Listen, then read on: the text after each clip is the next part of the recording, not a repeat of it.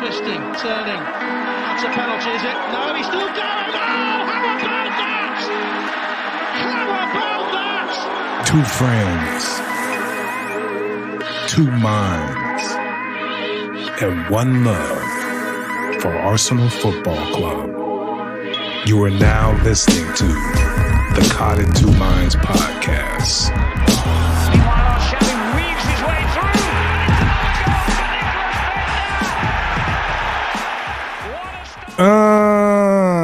What's going on? Welcome to the podcast, Caught in Two Minds.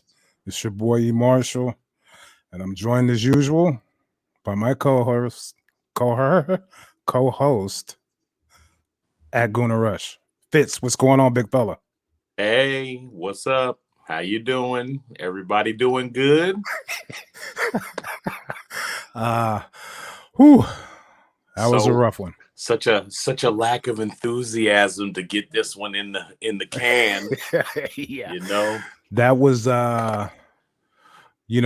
some people don't like the international break, but I actually like it. You know?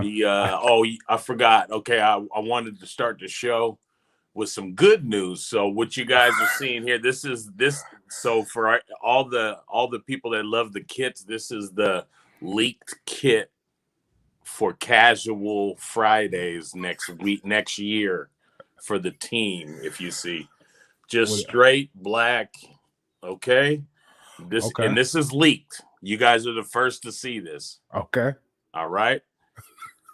Okay. Now let's get back to this debacle. Well, before you jumped in with the league kit, I was just gonna say, man, I like the international break.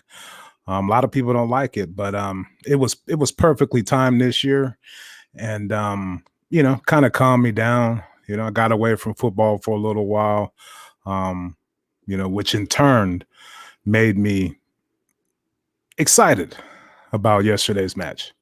Even though it was against Liverpool and I knew it would be a rough match, I was still excited because I did take the international break to take some time off, and it turned out to be a shit show.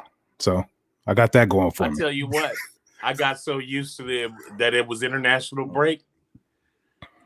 The whole game jumped up on me by surprise Saturday morning.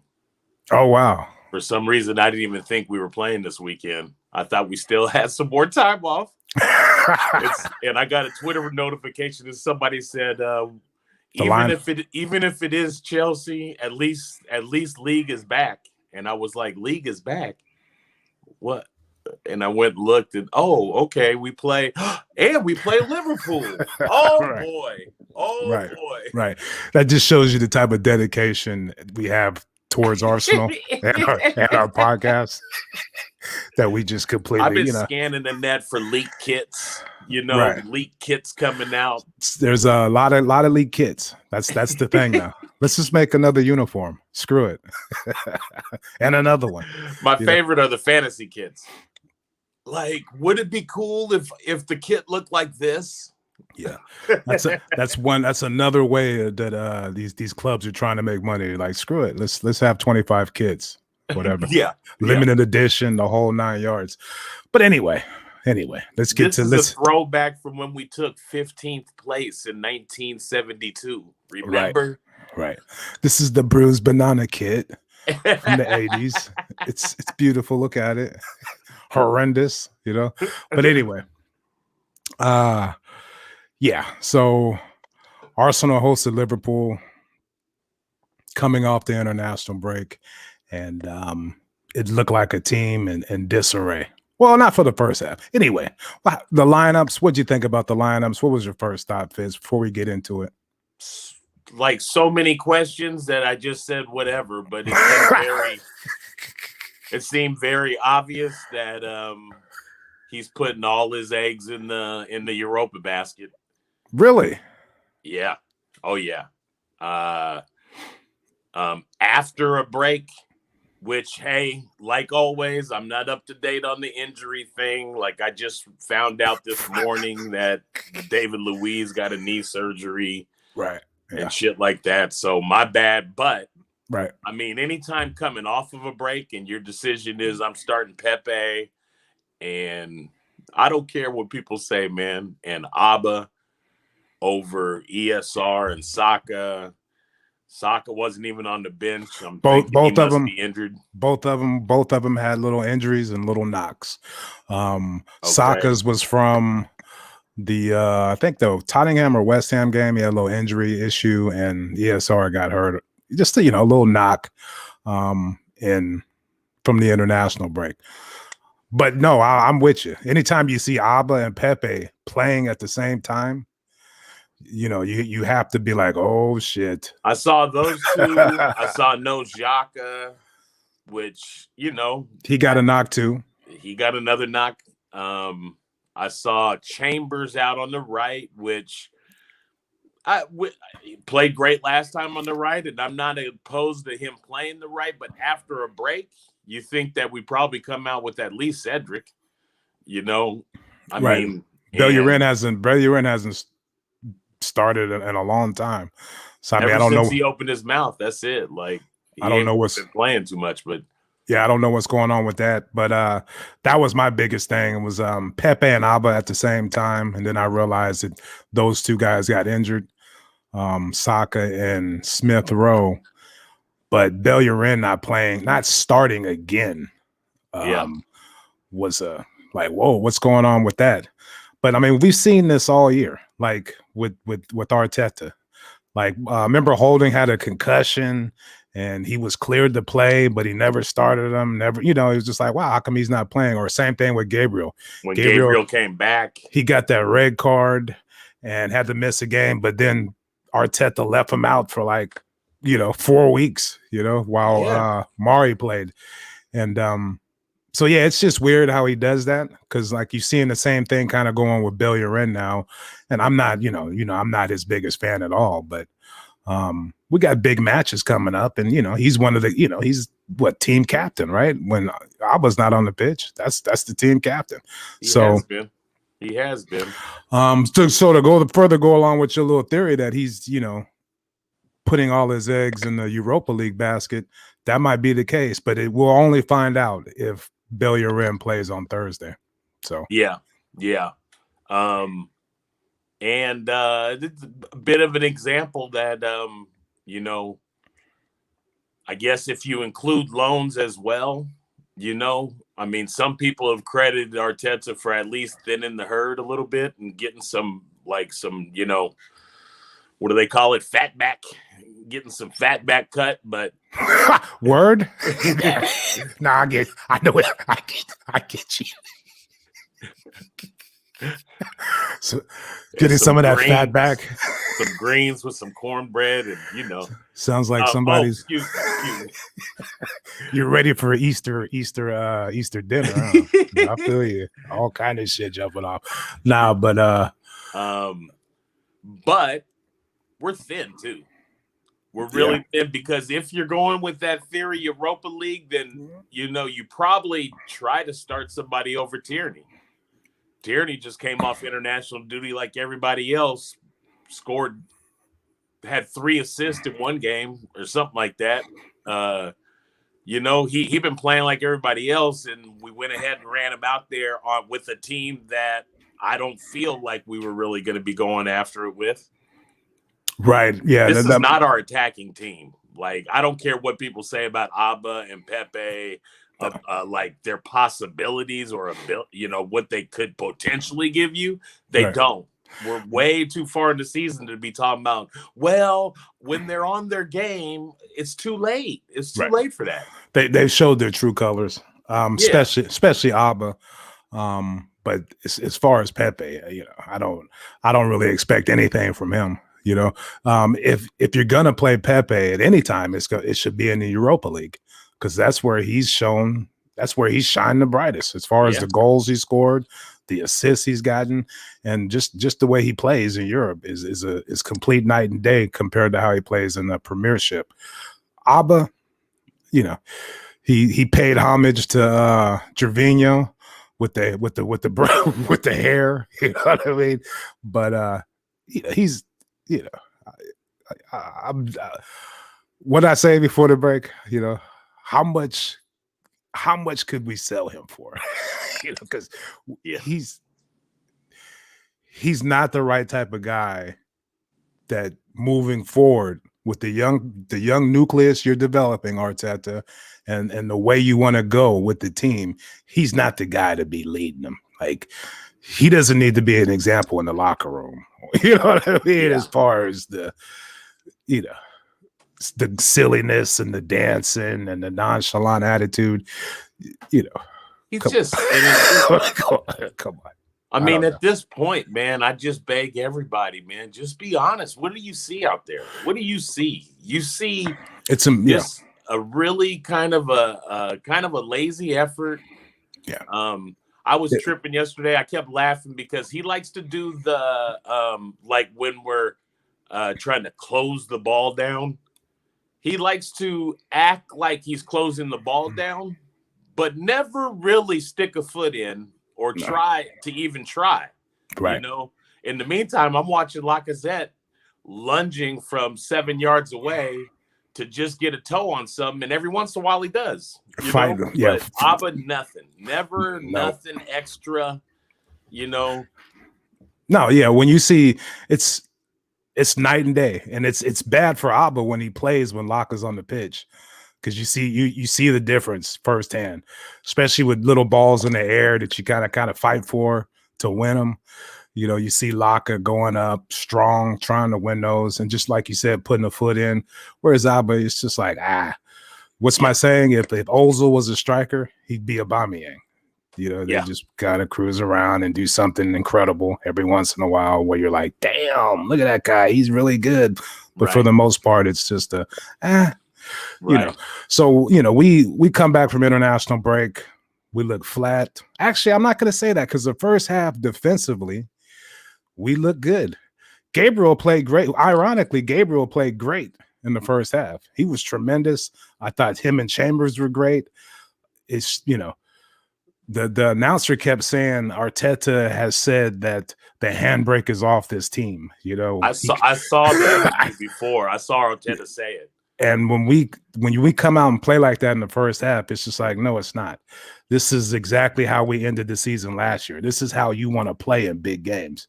Sit back, absorb pressure, try to catch them on the counter. Only today, I mean, we didn't even try to do anything going forward at all. It was when we finally did get the ball. Yeah. I mean, Liverpool's just, you know, running around like crackheads, dominated the game from start to finish. Yeah, and you know, like I was saying, I mean, it's a slightly mixed lineup because I'm not sure what your message is yes, we're just going all into Europa, or because of my injuries, I'm gonna just try to play for a draw here with Liverpool and that's it. You know, but I mean, then I say, well, how come we are starting Tierney and Partey, except we kind of have to because we're thin. You know? You mentioned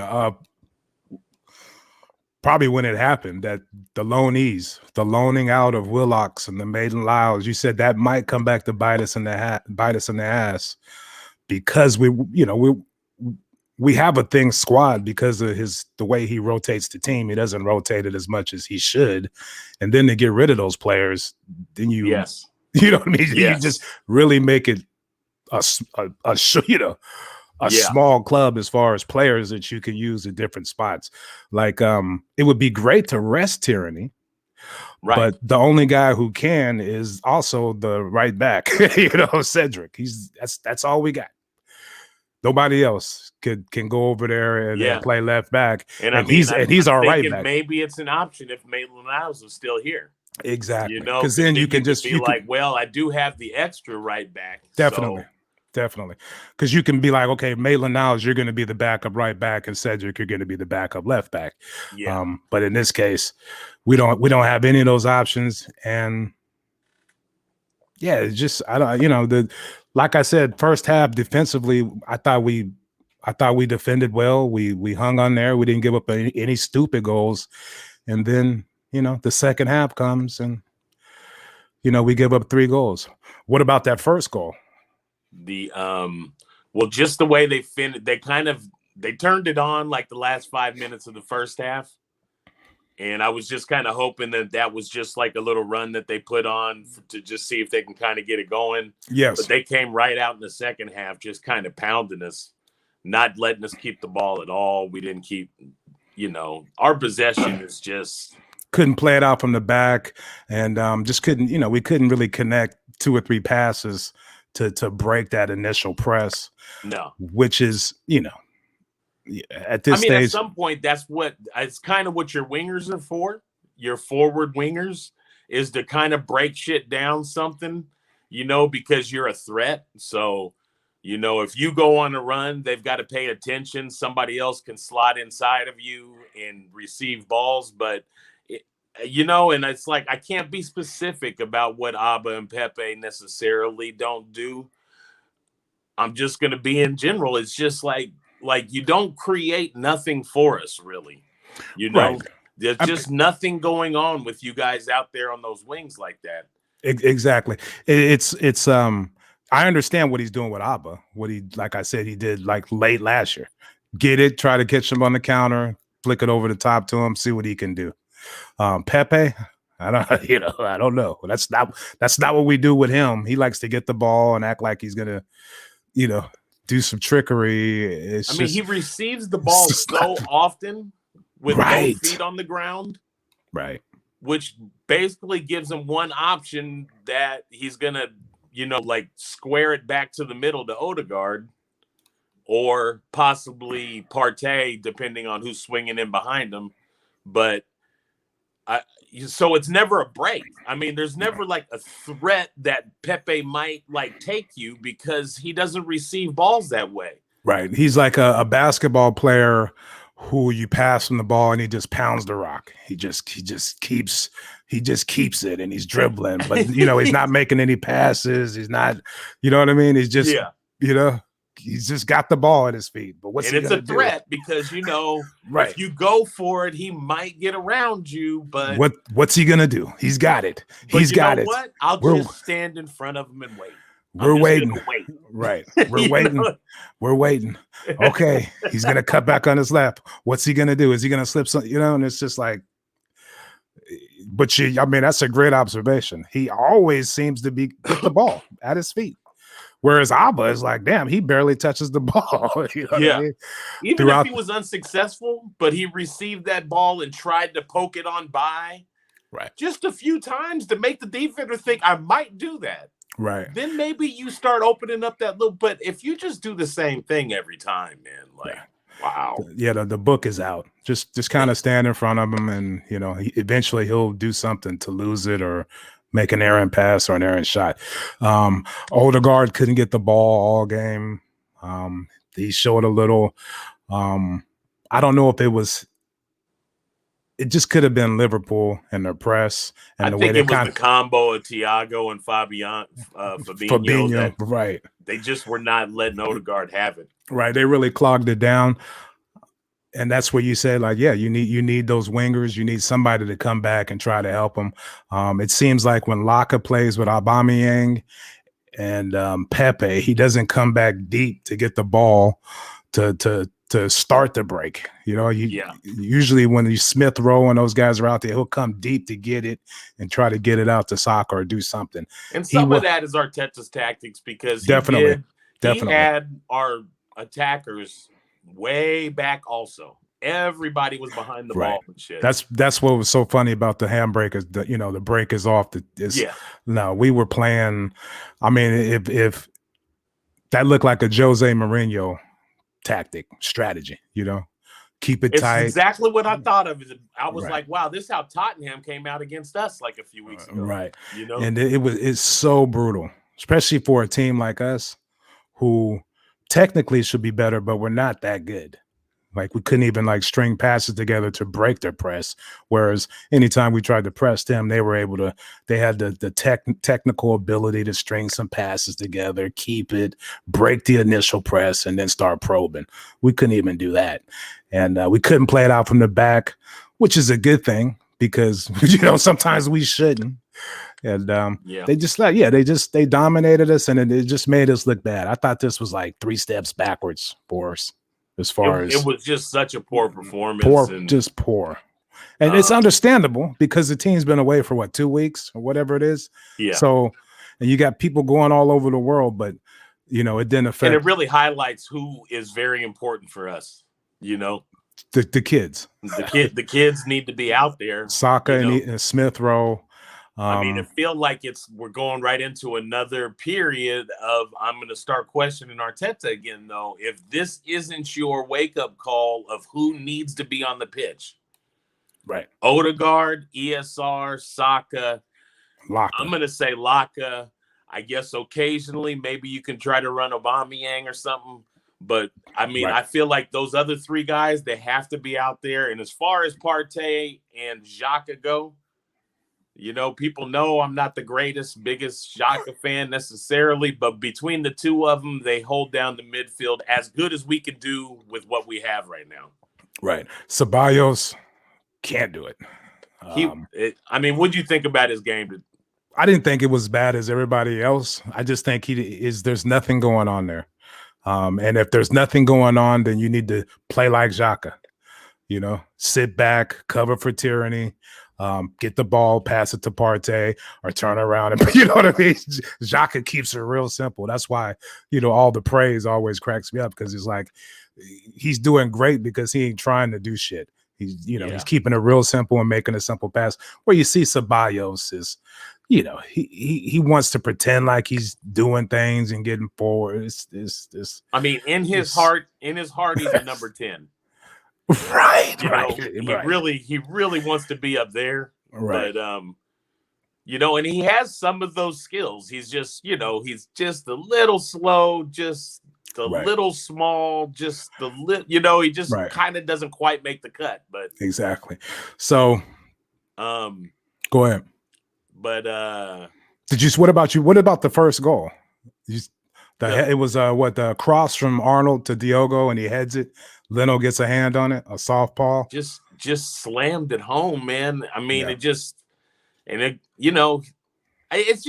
It's embarrassing, but I have to say, man, I don't know. Jota, he looks like one of these guys.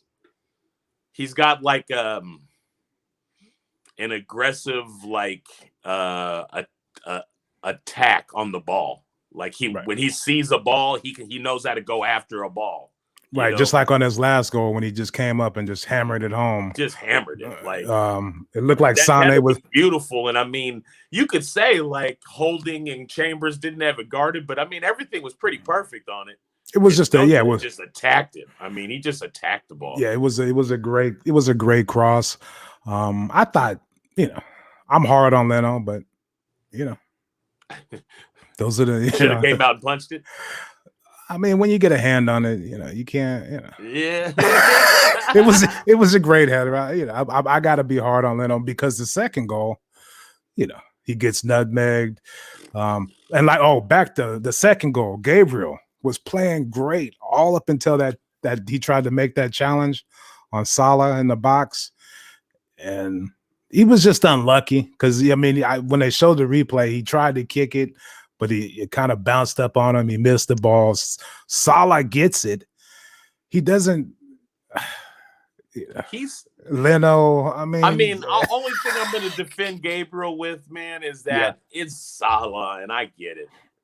There's a whole lot of pressure on you.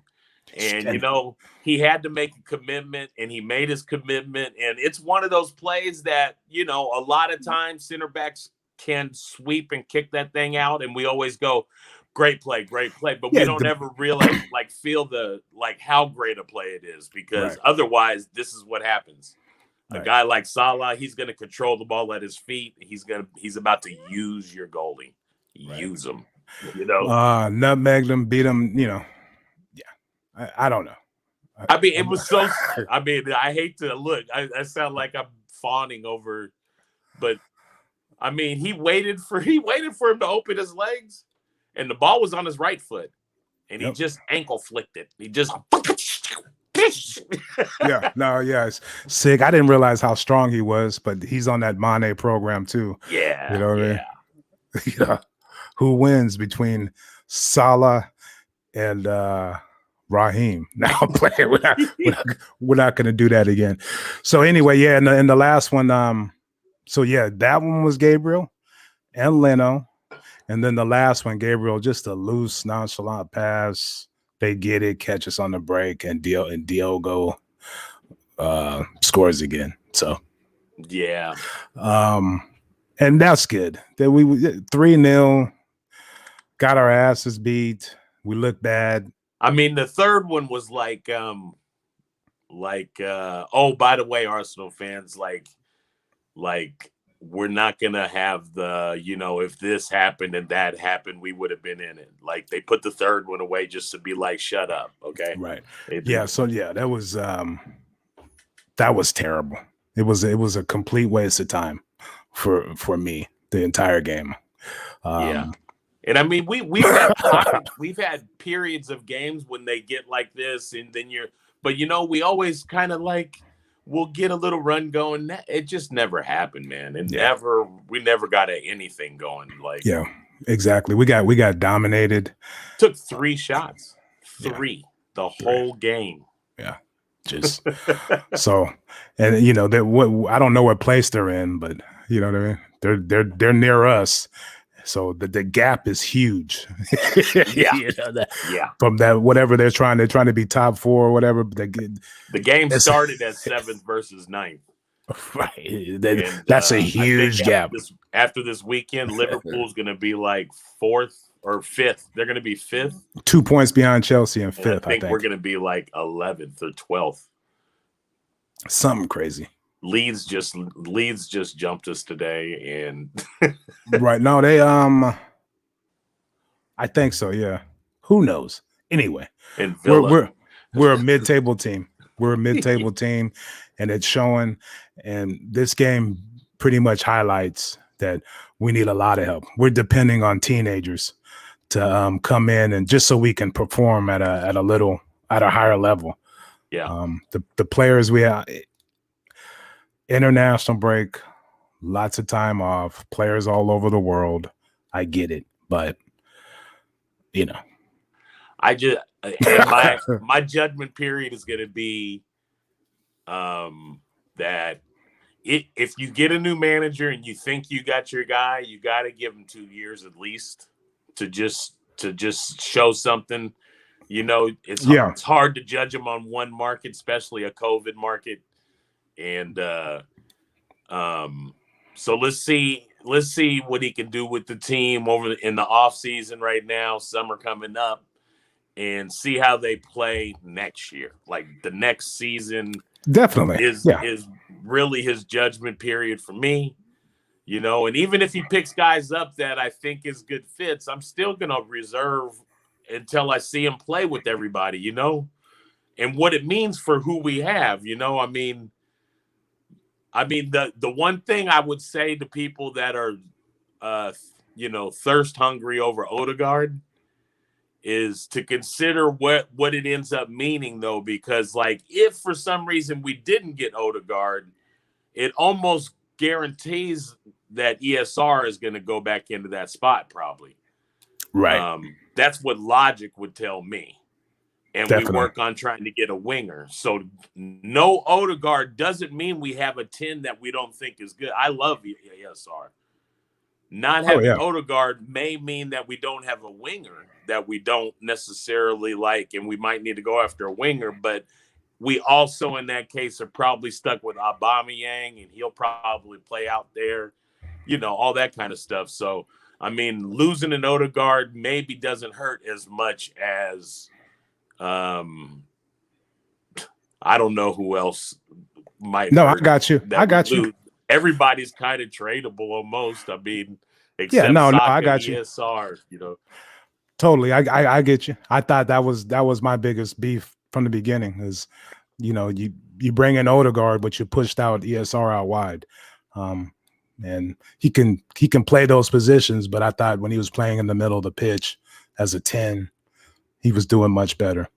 So who knows? You want Odegaard for big games. We had a big game yesterday, and he didn't do shit. So you're an asshole. Yeah. So it's supposed to be in the books. Bellerin is gone.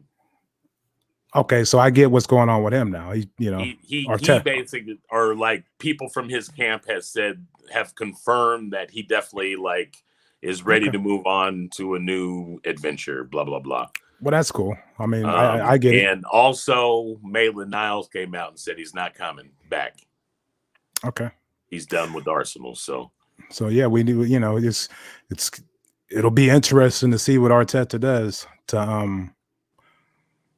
to see if we can get over this hump, you know, get back into the top 4. Yeah. I'm not expecting to win league next year, but I am expecting us to try to get back into the top 4 and solidify a top 4 position in the Premiership and then try to build upon that. We'll see.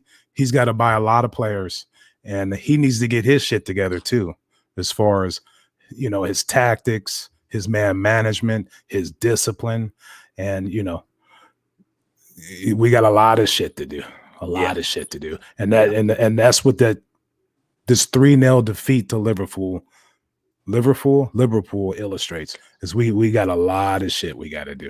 Yeah. Or there's going to be some sad, pitiful podcasts coming from us if we don't get it fixed. Anyway, I got nothing else. You got anything else you want to talk about? You know what? It's just, and Arteta, you know what? He's got his hands full because he's in London, man.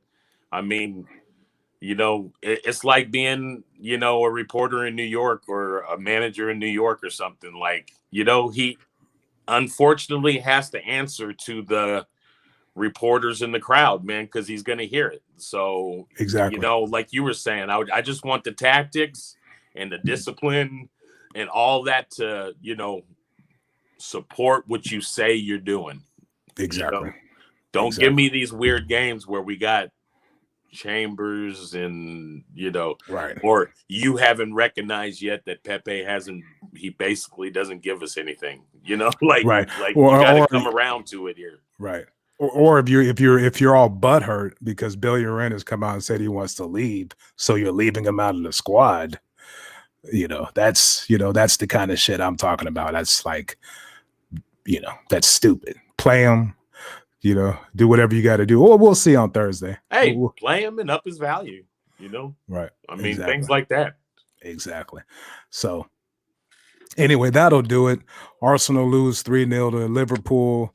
It was an awful match to watch, and the performance in the second half defensively was horrendous on all fronts. And, it was what they say, it was schoolboy stuff or some shit. But anyway, that's going to do it. You can catch us on Twitter. Follow us on Twitter at CITM Podcast. That's where we talk shit, banter. That's where all the links to the show are. And you can also catch us on YouTube, Cotton Two Minds, and subscribe, thumbs up, whatever. Do the whole 9 yards. I'm Marshall, and I don't know. I'm out. I'm Guna Rush, and all I can tell y'all is peace. Twisting, turning. That's a penalty, is it? No, he's still going. Oh, how about that? How about that? Thank you for tuning into Cotton Two Minds. Please head on over to iTunes to subscribe, rate, and review. All feedback is much appreciated. And be sure to follow us on Twitter at CITM Podcasts, at Guna Rush, and at eMarshall Comedy. The music of this podcast is brought to you by Statics. If you like what you hear, please head on over to staticsmusic.com and be sure to follow them on Twitter and Instagram at Statics Music. That's STATX Music. Peace.